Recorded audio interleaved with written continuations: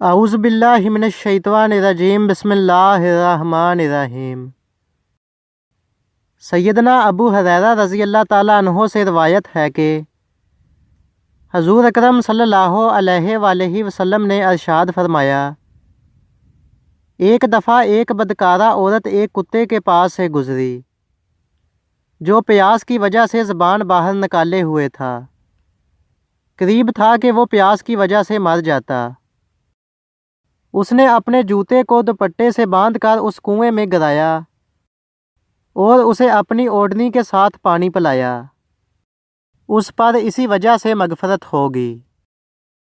Video کو like کیجیے، اپنے دوستوں کے ساتھ شیئر کیجیے اور مزید اس طرح کی اسلامک ویڈیوز حاصل کرنے کے لیے ہمارے چینل کو سبسکرائب کریں۔ تو چلو دوستوں، ملتے ہیں نیکسٹ اچھی سی ویڈیو کے ساتھ۔ اپنا خیال رکھیے گا۔ اللہ حافظ۔